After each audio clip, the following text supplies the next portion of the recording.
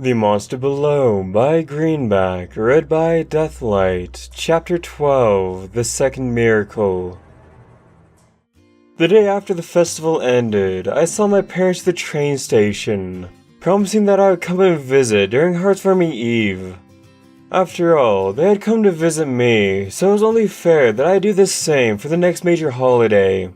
And as the train headed off down the tracks, I waved goodbye, pondering what that visit would be like. Would I still be Silver Speak the Earth Pony, or would my parents see their son carrying wings on his back?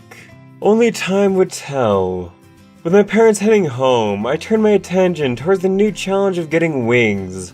While offering more possibilities than my previous endeavors, I faced the problem of convincing Beatbreaker to look into making them. As she probably wouldn't be keen to embark on such a lengthy project so soon after the last one. If I was going to convince her, I needed evidence to prove that it would be a worthy endeavor. It'd be difficult, but if the need arose, I could use my charm on Beatbreaker and persuade her to take the challenge. It was an uncomfortable thought, but if I wanted to get any closer to my dreams, I might have no choice. I hoped it wouldn't come to that. I spent the next few weeks preparing my pitch for Beatbreaker, and was ready to go when she invited me to have lunch with her at the company cafeteria. We were both late, but when I saw that no one else was around, I knew the time was perfect for me to make my move. So, I asked, how's the newest batch of legs coming along? Very well, Beatbreaker said. Another week and then I'll be doing so many surgeries to attach them. Then what? Oh, keep repeating the process, I suppose. Have you thought about doing research on anything else? I made the most charming face I could. Like wings, perhaps. Oh, sweet Celestia, we're not back to that, are we? So to speak, I told you, I can't do wings. I remember you saying you couldn't do horns. You didn't say wings were impossible. If I didn't know better, I'd say you were obsessed with them. Well, I want you to succeed, I said. When I was preparing all these proposals and speeches, I did a lot of reading on equestrian scientists, and I noticed something. When they manage something giant, something that defines their whole career, they usually stop. They figure they've proven themselves, or they're too afraid to try something else and fail. I don't want that to happen to you. That's a long way from happening, Beatbreaker told me. Besides, there's still so much to do. The legs still have to be tweaked and perfected. We need to streamline the growth process and finalize therapies for post-op work. The debate had begun, and I quickly realized that Beatbreaker wasn't going to be easily persuaded. I could have used all my memorized reasons for creating the wings, but I didn't have time. The lunch period was ending, and I didn't want to drag out the process of persuading Beatbreaker over several weeks or months. With a heavy heart, I realized the best strategy was to play my trump card early, and overwhelm Beatbreaker's defenses before she could mount them. Tell myself that it was for a good cause, I turned on the charm. Those are valid reasons to keep going, I said, but you have so much potential and talent. If you keep pushing yourself, I really think you become the most scientific mind Equestria had ever seen. Oh, Silverspeak, don't be silly, Think about it, if you can manage wings, then you can bring hope to all Pegasi ponies out there. You can make their worst nightmare a thing of the past. If they lost their wings, they wouldn't be grounded for the rest of their lives. The nightmare of an entire race would be gone. Beatbreaker said nothing, but she inched forward in her chair, intrigued. I had her hooked. I remember what you said about the horns and how it was impossible to make them. But what if you managed to find a way while working on the wings? If you could manage that and perfect a method for creating naturally grown horns, then you would have single-handedly created legs, wings, and horns for all ponies. Can you imagine how incredible that would be? You would usher in a new era. You would single-hoofedly make prosthetics obsolete. You'd be the greatest medical scientist Equestria had ever seen. I paused to let the words sink in, then hit with a killing blow. You've already started the process, why not take it all the way to the end? A strange thing happened. I thought I would have to use my charm throughout the conversation. But halfway through, I found I didn't need to. The thought of Beakbreaker pulling off both wings and horns was tremendously exciting. True, I wanted those wings and horns for myself, but at the same time, that technology would make Beakbreaker famous and help so many other ponies. It'd be a win-win-win scenario for everyone and benefited everyone for ages to come. But if I played my cards right, I'd be the first to reap the rewards. That's a lot to contemplate. Beakbreaker finally said, I'll have to think about it. I nodded, taking care to neither be disappointed or happy. I had done my part and planted the seed of an idea. All I can do was wait and see if it would grow. Nothing more was said about the wings for several days. I wasn't anxious at first, figuring that Beakbreaker was taking her time. But after a week, I got concerned. Whenever I passed her by at work, she gave no clue or indication of what she was thinking. It was time to ask about what she thought of my idea, but I remained silent, figuring it would be counterproductive to show I was anxious. My waiting paid off when she came to my office 2 weeks later and knocked on the door. "May I come in?" When I nodded, she pulled up a chair and sat down. "I've been thinking about what you've said," she told me. "And while I don't like the idea of spending several years in the lab, I think you're onto something." I pretended to be surprised. "Oh?" "The past few days, I've been going over my data and what literature there is about wings, looking to see if they're feasible. I think they might be." It took most of my willpower not to leap up and cheer. "No, that's on my own time. If we're gonna go any farther in this, we need to set up a meeting with the higher-ups and get their approval and funding. You think you can write a proposal?" I pulled one from my drawer. Already done. Beakbreaker was surprised. "Really?" Things were a bit slow this week, so I decided I might as well write one up in case something like this happened. I explained. Beakbreaker took the proposal, looked it over, and nodded as she read. "Only a few things I'd change, but this is actually pretty good. Do I have anything scheduled for this afternoon?" I checked. No. See if we can schedule a get-together with the CEOs. Might as well work to get the ball rolling. Scribbling a few suggestions on the proposal, Beakbreaker left me to my work. And I went like a mad pony, quickly sending out the notes to the CEOs and added the suggested changes to the proposal. It seemed like destiny was on my side, for I had scheduled the meeting for that late afternoon. When it came around, Beakbreaker appeared in her finest medical wear and took the revised proposal, and headed up to our corporate overheads upstairs. Was I nervous? I'd lie if I said I wasn't.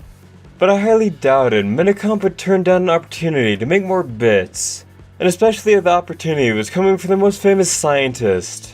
Still, there was a gnawing sensation I couldn't get rid of, the feeling that something wasn't quite right. Perhaps it was my conscience reminding me that I was treading a very fine line. It was one thing to make a suggestion, but something else to quietly steer an entire company to make what you wanted. And just how would Beakbreaker react if she discovered I was influencing her to make my dreams a reality? I didn't have time to finish that thought, for Beakbreaker came to my office, having spent just an hour upstairs, and looking mighty pleased with herself. "Congratulations, Silverspeak. Thanks to you, we now officially have the go-ahead to start research on wings." I grinned. With the company backing her up, it was easy for Beakbreaker to jump from working on legs to working on wings. There was still work to be done on our original project, but Beakbreaker turned over to her assistants. By the end of the week, work was officially underway on creating replacement wings. Much like before, life settled into an entirely predictable pattern. Beakbreaker all but retreated into the world of the laboratory, while I once again plunged into the heart-pounding life of working on reports and summaries for CEOs.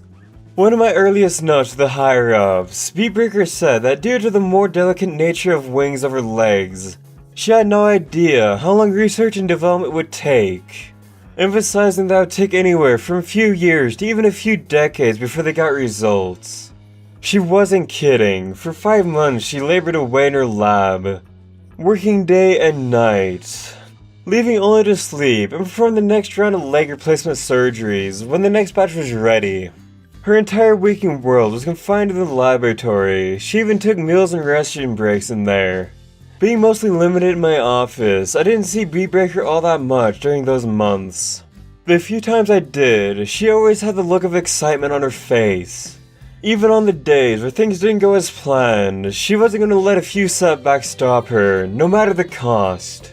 I was pleased to see her working with such vigor, but I wondered how it was affecting her health. Coin Counter and the other higher-ups didn't help. Unlike the legs, which they largely stayed upstairs and let Beatbreaker do her work, they came down to the lab to check up on how things were going. They were smart enough not to make uninformed suggestions, but they were eager for results, and wanted an even more successful repeat of the legs, which continued to sell at a phenomenal rate. As we drew closer to the 1-year mark of the project, I noticed that Beatbreaker's mood was improving. She had the look of a pony who could see the end of a long journey ahead, and the daily reports revealed why. There were marked improvements in the muscles, nerves, and especially in the feathers growing incorrectly. We were finally given a timeline for the first prototype. While Beatbreaker didn't have a confirmed date, she was able to say that it would be sometime within the next 2 months. The data came in sooner than I thought. As one long day came to an end, I was preparing to head home when Beatbreaker entered, giddy and looking about. Is anyone else around? No, why? Perfect, follow me. I didn't know what was going on, but I had the sense that something big awaited me within the lab. Thus, I eagerly followed Beatbreaker inside. And as it turned out, I was right. Lying upon a table before me was a large container of blue gel, and within, a pair of wings. The first prototype! Beatbreaker said proudly. I walked up, awestruck. Just a year before, the dreams of wings was just that, a dream. The fantasy of a pony who wanted to be more than he was. And now, here they were. I ran my hoof over the container, peering longingly at the wings within. Much like the legs that preceded them, they looked perfect. So what's left to do? I asked. Putting real muscles in? Beatbreaker grinned. Oh no, everything's in. Nerves, sinew, muscles, blood vessels, they're all there. All we need is a pony lost their wings and we can proceed into the testing phase. I almost volunteered myself for the procedure right then and there, but managed to stop myself even when I opened my mouth to speak. I had been fortunate to get Beatbreaker to work on the wings at all, and proposed myself as the test subject would be going too far. Besides, these were prototypes. Despite their apparent perfection, there could have been flaws or mistakes that need to be ironed out. I didn't want to take to the skies, only for them to fail in mid-flight. Biting my tongue, I remained quiet. I would have to bide my time once again. As could be expected, the Metacomp higher-ups were ecstatic when Beatbreaker showed them their prototype. Months of waiting, investing and not being a little too patient had finally yielded results. And the call went out among the staff for any Pegasi who had lost their wings. One of Beatbreaker's fellow scientists had a neighbor who had been forced to go under amputation after colliding with a tree and mangling her wings beyond repair. She came in a few days later, all too eager to try these new wings out. I couldn't blame her. While I envied Pegasi and unicorns for their abilities, the loss of their gifts could be devastating. To lose a horn or wings was in some ways worse than death. Unicorn horns could grow back, but that process could take years, sometimes decades. Pegasi had it worse, as their wings couldn't grow back. While they could get magical replacements, they were temporary at best, and the metal prosthetics available were crude and cumbersome. The chance of getting new wings was something no crippled Pegasi could pass up. With the patient chosen, it was time to proceed with the all-important surgical attachment. With the surgical room filled and the patient put to sleep, Beatbreaker went to work. But unlike the legs, this was so much harder. Due to the more complex and intricate network of nerves, tissues, and sinew that need to be put in place. Not only did she have to rip out the patient's atrophied wing muscles, she then had to insert new ones and ensure that they were correctly lined and attached to the surrounding muscles and bones, lest they be ripped out in mid-flight. Attaching legs were fairly simple, and with the practice Beatbreaker had, shortened the procedure to 2 hours. But with wings, it took 5 hours. And for those of us in the audience, it was nerve-wracking knowing that a simple mistake or slipped scalpel could ruin everything. I could only imagine what it must have been like for Beatbreaker, who had been working all that time without a break, relying on her assistance for everything, including wiping sweat from her eyes. Before I knew it, the 5 hours were gone, and Beatbreaker was finishing the final stitch, and collapsed into a chair as the patient was wheeled away. She had done her part, and now all we could do was wait and see if the patient's body would accept the wings. After spending the week in a medically induced coma to let her body rest, the patient was finally awoken. Beatbreaker and the higher-ups all feared the worst, but the universe was in a good mood that day. When the patient awoke and tried her wings, they moved perfectly. Any visitor to Medicom that day could hear the celebration taking place throughout the tower. As could be expected, the patient was eager to get going and jump back into the sky after being grounded for so many years. While she is warned that a full recovery could take a long time, she wasted no time in physical therapy, spending her days in the tower gym, doing her utmost to work new muscles to full strength. I was there to watch, eager to see how fast she would progress, and see the results of my hard work. She had no idea, of course, but it was because of me that the patient had gotten this far. I was going to watch every step of her progress, knowing that, given time, it'd be me down there on that track. I was there to see every inch of progress and every additional second of airtime. I never missed a session. Because of that, I was there the day everything fell apart. None of us saw it coming. The patient was making great strides. I'd gone from jogging around the track to steadily cruising for a few minutes at a time, all within 2 months. She still had a long way to go, but at the rate she was going, anything seemed possible. But on that day, she was too eager and confident, wanting to rush ahead, safety limits cast aside. After completing a few laps at slow speed, she took a short break, trotting around the gym. From my place at the observation deck, I watched as she continued on, and then ran, going faster and faster. From so high up, I could see the mischievous grin on her face as she leapt and spread her wings, pounding them as fast as they could go. In seconds, she was going faster than she had ever managed before.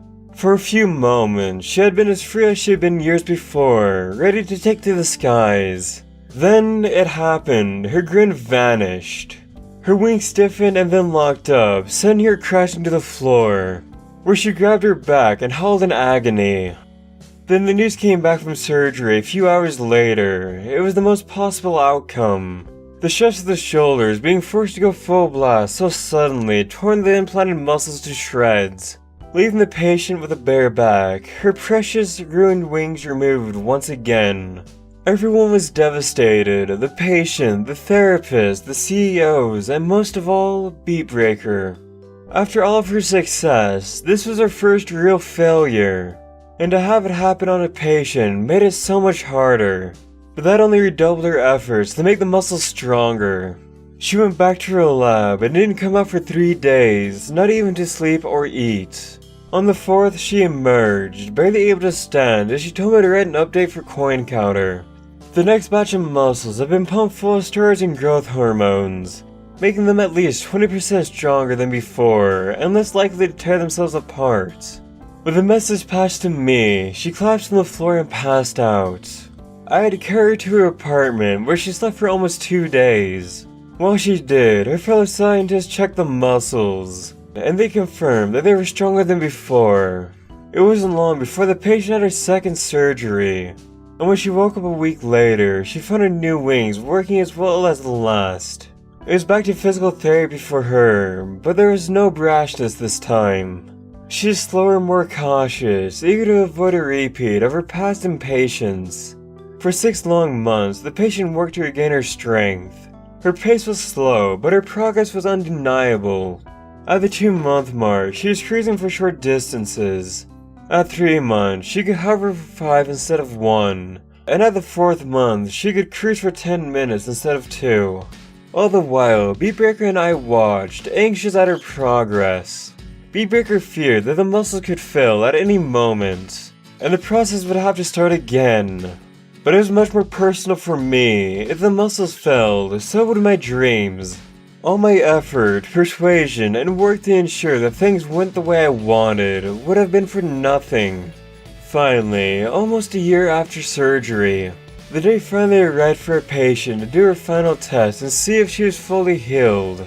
The observation room was packed, and I was barely able to peer out the window as the patient started her test, measuring her hovering capabilities, flight speed, maneuverability, other attributes that Pegasi used in flight. For 3 long hours I watched, constantly holding my breath, hoping against hope that everything was going to turn out alright.